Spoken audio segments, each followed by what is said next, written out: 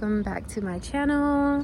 Today we are gonna be doing a car tour, if you will, a car review on the Polestar 2 2023, as you can see in the title. And this is the outside. I'm not a car person, but I've been driving this car for a little over a month, so I wanted to do a review on it, a very honest review, because I do get questions about this car literally every single day, multiple times a day. So yeah, let's get into it. And this is the back. So here's the key. This is what the key looks like. On the side you have the lock button, the unlock button, and then the trunk button, which you hold down and press and the trunk opens.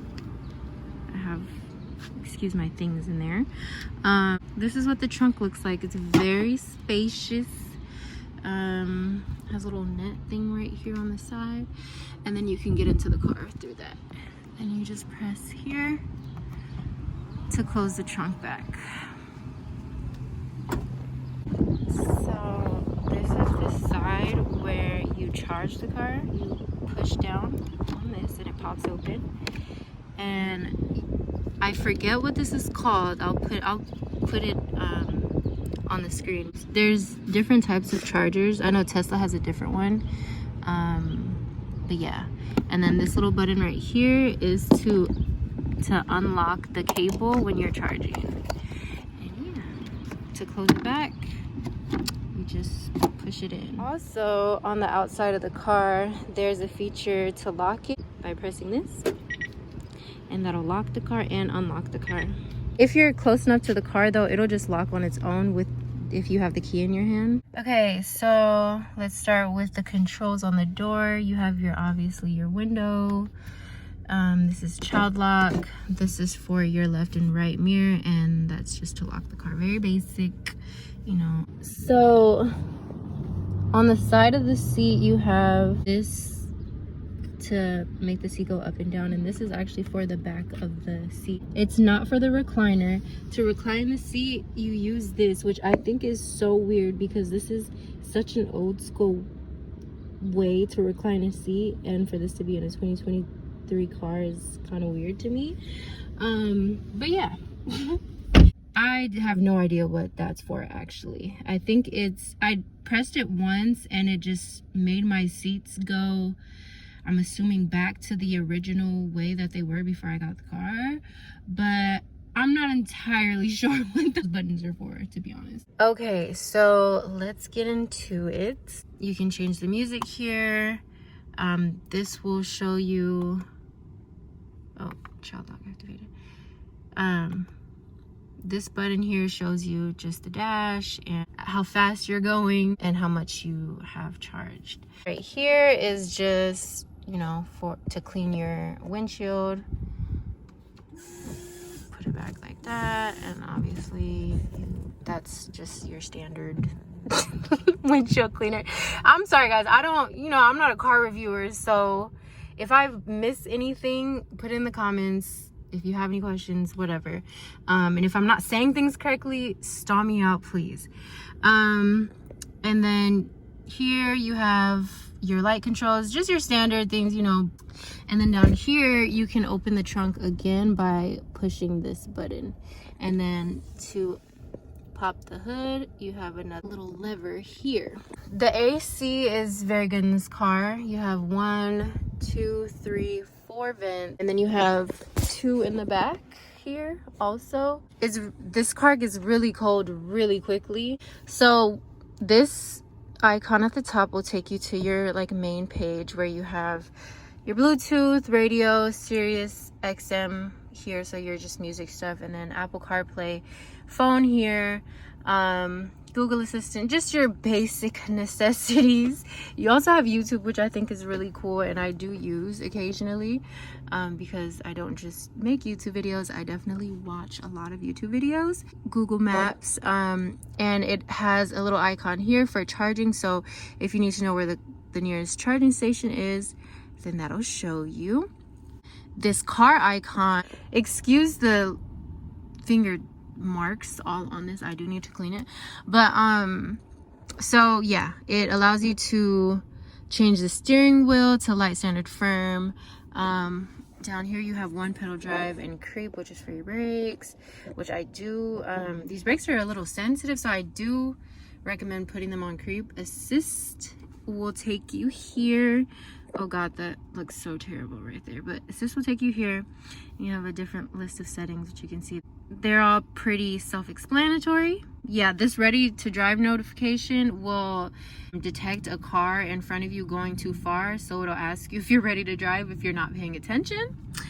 And if you go to charge, that'll show you how much you need to charge, and clearly I need to charge. I have 27%, which is 70 miles. That's not gonna get you anywhere really. And more will show you the car status.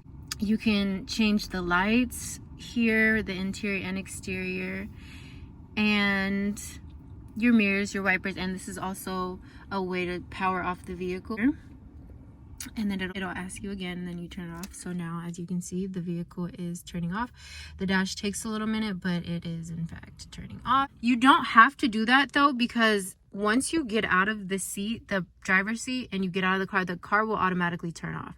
And then once you lock it, it's completely turned off. So that's just another way that you can power the vehicle off. And to turn the vehicle back on in this state, when you're in the car, you just press on the brake, and then it'll come back on, and you can hear the AC even powering back on and everything. So it's pretty simple. Wow, that thing is really dirty. I need to clean it.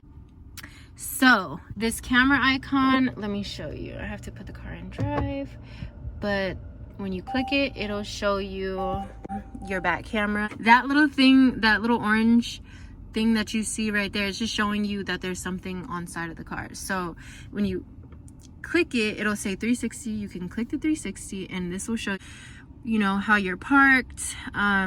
That's, yeah. And then you also have the option to click again and check the side mirror, the side camera, or the front camera, yeah, or whatever.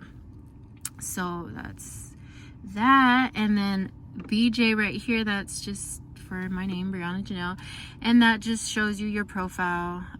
You can make a profile, and it'll also keep your seats the way it is. And yeah, so your profile basically just keeps the settings that you have on the car. You can make another profile, and if you switch over to the other profile, it will automatically change all the settings on the car to what it was on the other profile. So you park the car here, you just press this button, and I do still have it in drive, so let me park it. You have your hazards here. This is just to press play and pause the music, and then you can also control the volume here. These are to defrost your windows, and then to put the car in reverse, neutral, or drive, you can you obviously step on the brake, and then to go in reverse, you press up down to go neutral and drive. It only has type C USB ports in here, so there's 2 here, and then there's 1 or 2 in the back. Rear view mirror,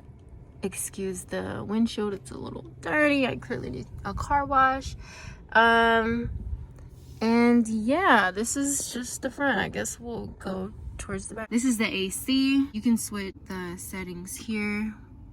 So you have eco climate, heater, AC, recirculation, which just recirculates the air in the car, and then the defrosters. You can heat your seats with this thing and then change the settings. And you can also choose which vent. So if you just want your feet to be cold or warmed up, you can do that. Or, you know, if you put on all 3, it will blow out a lot less than if you just have one of these on. If you have any notifications, you just slide down. As you see here, I need to install an update on this car. I haven't done it. I don't even know what that looks like, but you have to be out of the car to install the update. So you have to lock the car and be outside of it. I don't know how long it takes to update because I haven't updated it yet. So whatever you call this iPad thing, it's very user friendly. So I don't think I need to go too deep into this. But when you're charging the car, you can go here to charge, and it'll show you your progress. One thing that I did want to mention is that okay, as you can see here, it says 90% is Polestar recommended to preserve the lifespan of the battery. So I have charged up to 100, but it takes a lot longer, and those few miles, that extra 10% really doesn't get you that much. 90% will really get you about 230 miles, I believe. So charging to 100% will get you around 300, maybe 310-ish miles. And I'm gonna hop in the back seat. 1 second, let me move my sweater. So again, back here you have just 2 little AC controls. When you pull this back, you just have your regular, ew, I don't know why that's dirty, but you have 2 cup holders here. And then when you pull this up, that's how you get to the trunk. Honestly, I don't know how to do this. I did try, but I'm sure you can get back there. I just can't tell you how to, if I'm being honest. But then on the door in the back, you have just a control for the window and to lock the door, this specific door. Touch light controls here, so you just touch here and then the light will come on, and just like in the front. And then yeah, that's the back of the car. And you have little hanger things here. In the middle console, you just have another cup holder. So, oh, and I have some trash in there, so that's great.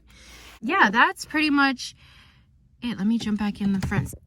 Okay, so now that you've seen the majority of the car, I want to get into just how it drives and things of that nature. So the car does drive very, very smooth. I will say that. I do like that about this car. It's a very, very fast car on top of that. However, when it comes to charging, you do have to charge this car a lot more than I think is necessary. Or a lot more than what I feel like should be necessary. Again, the range with the recommended battery life is about 230 miles. It depends how much you drive, I guess, but to me that is not sufficient for my everyday life at all. So I think personally, I believe that this car only makes sense to get if you can afford to or do have a charger at your home. Otherwise, you will be stopping to charge a lot. If you're unfamiliar with how you charge and what the process is, there are different charging stations. You can get a membership to them, and some of them you can pay as you go. I personally use Electrify America and EV Go. Electrify America is terrible. There's always at least like 1 to 2 broken chargers at each station. It seems like it's one of the more popular charging stations, so there's always people there, so you can expect to wait a little while just to even charge your car. And then also, depending on what percentage you're charging from, it's gonna take a while to sit there and charge. So I'd say to get to 0% to about 90%, you'd probably be sitting for about an hour and 30, maybe an hour and 45 minutes. So I'm here to charge it. I'm going to show you guys. This is Electrify America. You grab one of the chargers, put it in here, make sure that's green, and pay as a guest or a member. And then I'm going to use my phone to tap here and charge. Then you can probably see me more than you can see the screen, but it will start charging. Let me see. You probably can't see, but it's gonna start. You press continue and it starts charging. And just like I was saying about these charging stations, that one's broken, that one's broken, so you only have this one and then the smaller one over there that are working right now. So very inconvenient. And now that it's charging, you can see on the dash as well as over here how much charge you have, and then it also tells you around what time it's going to complete, because it's not all the way accurate. And right now I have 40 miles. So yeah, that's how the charging works. It shows you the battery level, and it also shows you on the charger, you can't see because I'm using that one, but it shows you how much money you're spending in real time, I guess. Yeah, that's how you charge your Polestar 2. Just take all of that into account if you're thinking of getting an EV. It's a lot of charging. You're spending a lot of time sitting down charging your car. It's like any other electric device that you would have. You're gonna have to charge it multiple times. I think this car would be super, super cool if it was a hybrid. I do like, again, how it drives. I do like a lot of the settings. It's a nice looking car. But again, the excessive charging is kind of what makes me not like it as much as I think I could or would if it was a hybrid. So I actually have never looked under the hood, so let's go ahead and look at that, because I'm sure some people would like to see. So I just popped it. Let's go check.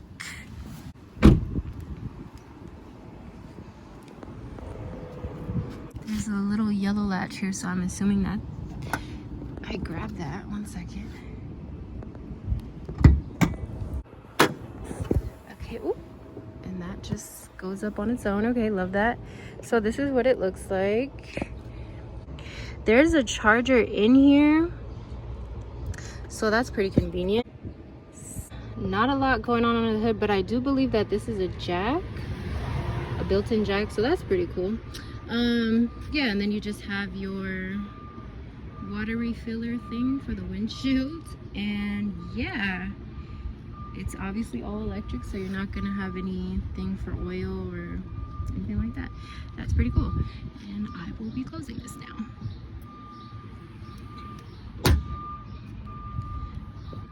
So that is the car tour. This is another little setting on the dash. It'll show you if there's a door open, if the back's open. Clearly I left the hood open, so I'm gonna go close that in a second. So that's it for the car tour. Again, this is not my usual video, so if you have any questions, comments, concerns, please leave a comment down below. Thank you for watching. Bye.